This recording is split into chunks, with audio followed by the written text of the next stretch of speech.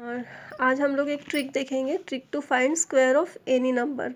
लेकिन पहले मैं ट्रिक बताने से पहले ये बता दूं कि जब भी हम लोग कोई नई ट्रिक सीखते हैं किसी भी चीज़ के लिए, तो हम लोगों के पास में जो पहली प्रोसीजर होती है वो हम लोगों को एकदम थोड़ी सी हैंडी होती है। जिस तरह से हम लोग पहले स्क्वायर निकालते थे, आप लोगों को वो थोड़ा सा इजी लगता है, लेकिन जब आप एक बार इस प्रोसीजर को सीख लोगे तो आपका एक लाइन में आंसर आ जाएगा। लेकिन इस कोई भी ट्रिक जब आप सीखते हो, नॉट ओनली स्क्वायर बट किसी भी चीज़ का किस ट्रिक सीखोगे, मल्टीप्लिकेशन है, डिवीजन है, तो आप उसको जब तक 10-15 प्रॉब्लम सॉल्व नहीं कर लोगे तब तक वो जो ट्रिक है वो आप मतलब आपके हैंडी नहीं होगी, आपके माइंड को मतलब उसकी आदत जब तक नहीं होगी तब तक आपका आंसर स्लो ही निकलेगा। लेकिन एक बार पहले स्लो में से आप फास्ट होते जाएंगे, तब आपका एक टाइम ऐसे आएगा 10 प्रॉब्लम सॉल्व करने के बाद में कि आप एक लाइन में आंसर निकाल रहे हो इस तरह से। तो दिस इज़ द थिंग। तो ये जो प्रोसेस जो है किसी भी नंबर के लिए स्क्वायर निकालना है, तो इस प्रोसेस का नाम है डुप्लेक्स कॉम्बिनेशन प्रोसेस। तो डुप्लेक्स कॉम्बिनेशन प्रोसेस में पहले डुप्लेक्स कॉम्बिनेशन निकालना ज़रूरी है। तो डी, उसको हम लोग डी से डिनोट करते हैं। तो डी, ये जो मैंने सब लिख लिया है, डी फाइंड करने डी सबसे पहले हमको फाइंड करना पड़ेगा उसके लिए। तो डी फाइंड करने के लिए मैंने डी कैसे फाइंड करते हैं डी को वो लिख लिया है।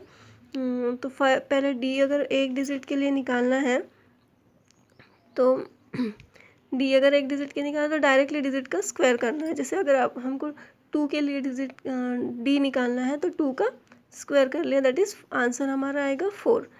तो अगर डी हम लोगों को अगर 2 डिजिट के लिए निकालना है, कोई भी 2 डिजिट दिए हुए हैं उसके लिए अगर हमको डी निकालना है, और इस डी का इस्तेमाल हम लोग बाद में स्क्वायर निकालने के लिए करेंगे, तो पहले डी निकालना उसके लिए ज़रूरी है। तो पहले डी जो है अगर वो 2 डिजिट सॉरी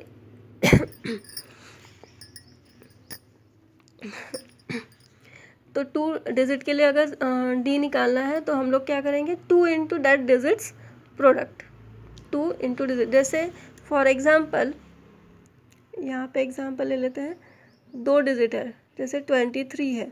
23 के लिए अगर डी निकालना है, ये मैं सिर्फ डी की बात कर रही हूँ, तो कैसे होगा, 2 into 2 into 3, that means the answer क्या आएगा,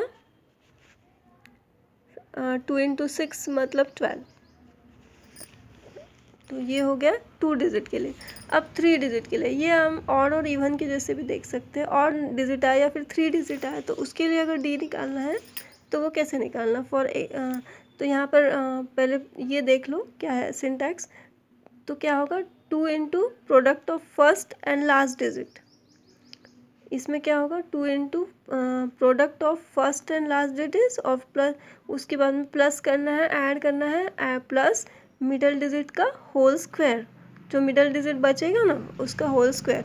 और ये किसी भी ऑड नंबर ऑफ डिजिट्स अगर है किसी भी नंबर में, तो उसके लिए ये सेम रहेगा, और इवन के लिए भी यही प्रोसीजर फॉलो होगी।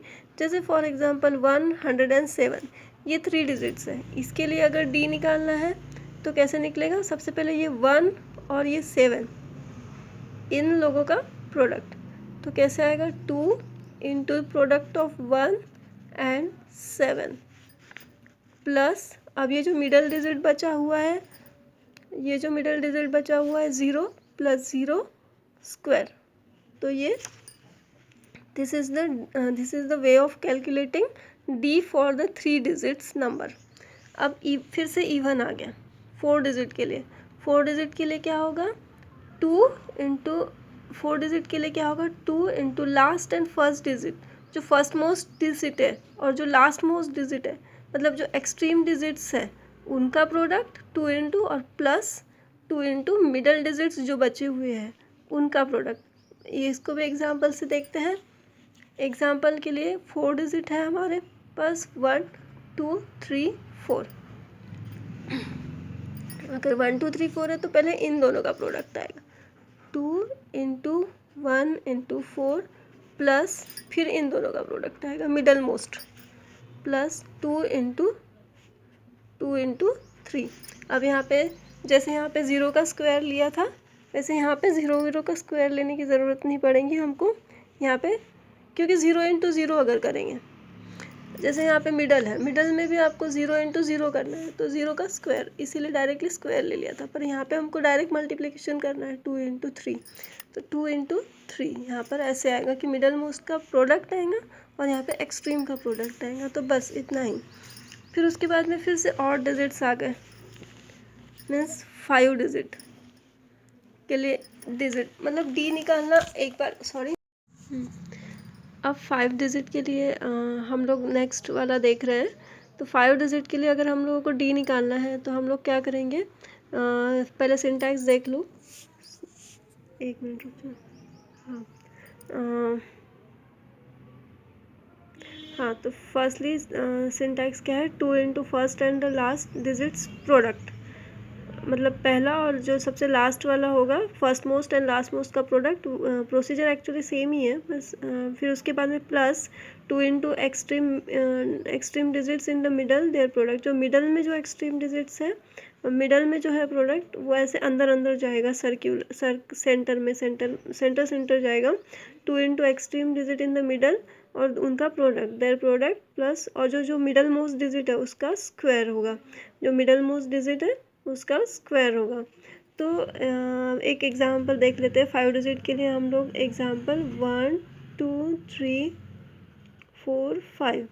तो सबसे पहले क्या होगा, इन दोनों का प्रोडक्ट होगा 2 इंटू, हाँ, और यहाँ पे 2 इंटू नहीं होगा, ये एक बात ध्यान में रखना। यहाँ पे मैंने उस टाइम बताते वक्त नहीं बताया, तो यहाँ पे 2 इंटू नहीं होगा, यहाँ पे डायरेक्ट 0 स्क्वायर होने वाला है। तो सबसे पहले क्या है कि पहले फर्स्ट और जो लास्ट मोस्ट है उसका होगा 1 इंटू 5, तो 2 इंटू 1 इंटू 5। उसके बाद plus 2 into 1 into 5 plus 2 into 4, जो मिडल में जो है, ये जो मिडल में जो एक्सट्रीम है, मतलब कि अंदर ये सेंटर ऐसे जाएगा, तो 2 इंटू 4 हो गया नेक्स्ट स्टेप। उसके बाद में लास्ट जो मिडल मोस्ट बचा है ना 3, तो इसका क्या होगा, इसका होगा स्क्वायर। तो 3 जो मिडल मोस्ट बचा है हमारा अभी 3, उसका हो जाएगा स्क्वायर। तो ये निकल जाएगा किसी भी, अब ऑड नंबर ऑफ डिजिट्स अगर है किसी भी नंबर में, तो उसके लिए डी की ये जो प्रोसीजर है ये सेम रहेगी डी निकालने के लिए। तो ये हो गया 5 डिजिट के लिए। वैसे ही 6 डिजिट के लिए, 6 डिजिट के लिए यू कैन नाउ गेस, आप लोग अब गेस कर सकते हो कि 6 डिजिट के लिए आप लोग अब कितना, मतलब यहाँ तक जब हमने देखा है तो यू कैन गेस कि क्या होगा। तो मैं डायरेक्टली अब एग्जांपल से बता देती हूँ विदाउट एनी सिंटैक्स। सपोज 1 2 3 4 5 6, ये हो गया। उसके बाद में पहले क्या होगा, इन दोनों का प्रोडक्ट होगा 2 इंटू 1 इंटू 6। फिर क्या होगा, इन दोनों का प्रोडक्ट होगा 2 इंटू 5, 2 इंटू 5, सॉरी। उसके बाद में इन दोनों का प्रोडक्ट होगा 3 इंटू 4 वाला, प्लस 2 इंटू 3 इंटू 4 हो गया। जब लेकिन यहाँ पे स्क्वायर करते तब यहाँ पे 2 नहीं लेना है, ये बात याद रखना। ये और लेकिन जब यहाँ पे हम लोग जब इन लोगों का प्रोडक्ट लेते हैं इस तरह से, तब यहाँ पे हर इसमें 2 लगेगा, 2 के साथ में प्रोडक्ट होगा। तो this is the procedure of finding the D for even number of digits and for odd number of digits. तो ये प्रोसीजर आई थिंक सबको समझ में आ गई होंगी। तो इसके बाद में हम लोग नेक्स्ट बढ़ते हैं कि how to find the square of any number using this D. तो नेक्स्ट स्टेप क्या है हमारी, finding the square, finding the square. Now ये हम लोग एग्जांपल से देखते हैं। सबसे पहले तो सपोज अगर हम लोगों को 207 का स्क्वायर फाइंड करना है, तो सबसे पहले हमारा पहले आएगा डी फॉर 2, ये जो 2 है इसके लिए डी लिखना है। फिर हमारा नेक्स्ट आएगा डी फॉर 20, जो हम लोगों ने डी निकाला था, डी फॉर 20, 20 के लिए D आएगा, D फॉर 20। उसके बाद में आएगा हमारा D फॉर 207। एक एक बढ़ाते जाना है, पहले 2 के लिए D निकालना है, फिर 20 के लिए निकालना है, फिर 207 के लिए D निकालना है। तो D फॉर 207, फिर उसके बाद में आएगा हमारा D फॉर, अब कम करते जाना है, D फॉर 07, फिर उसके बाद में आएगा D फॉर 07, उसके बाद में आएगा, फिर कम करते हुए गए हम लोग, D फॉर 07 लिख लिया, अब D फॉर 7 ओनली, अब D फॉर 7। अब हम लोगों को D निकालना तो आता है कि हम लोग D कैसे फाइंड करते हैं। तो अब पहले 2 के लिए, मतलब एक डिजिट के लिए हमको D निकालना है, तो 2 के लिए D क्या होगा, 2 का स्क्वायर मतलब 4, ओके। उसके बाद में D फॉर 20 के लिए क्या होगा, 2 इवन नंबर है तो 2 इंटू 2 इंटू 0, मतलब क्या आएगा, 2 इंटू 2 इंटू 0 का मतलब क्या हो गया, 0 ही होगा वो एक्चुअल में एंड में, बट मैं लिख लेती हूँ 2 इंटू 2 इंटू 0 हो गया, सेकेंड वाला टर्म मिल गई। फिर उसके बाद में D फॉर 207, अब 3 डिजिट के लिए हमको निकालना है, 207 के लिए हम लोगों को D निकालना है। तो ऑड नंबर के लिए क्या था, 2 इंटू 7 प्लस 0 स्क्वायर हो गया, ये हो गया। अब D फॉर 07 के लिए अब 2 डिजिट है, तो हम लोग क्या लेते हैं, 2 इंटू 0 इंटू 7, ये भी लास्ट में 0 ही होने वाला है, ये हो गया। D फॉर 7 के लिए D क्या निकलेगा, 7 का स्क्वायर, तो हम लोग लिख लेते हैं 4। उसके बाद में नेक्स्ट वाला जो था हमारा, इसका हो जाएगा हमारा 0, फिर उसके बाद में हमारा हो जाएगा, ये हो जाएगा 28, सॉरी ये हो जाएगा 28, फिर उसके बाद में ये हो जाएगा हमारा 0 28 के बाद में, और ये हो जाएगा 49, ठीक है। You can calculate this product, ये तो सिंपल ही है, 0 0 49 भी सिंपल है, 28 देख लो, 7 टू द 14 टू द 28, तो हो गया यहाँ पे। अब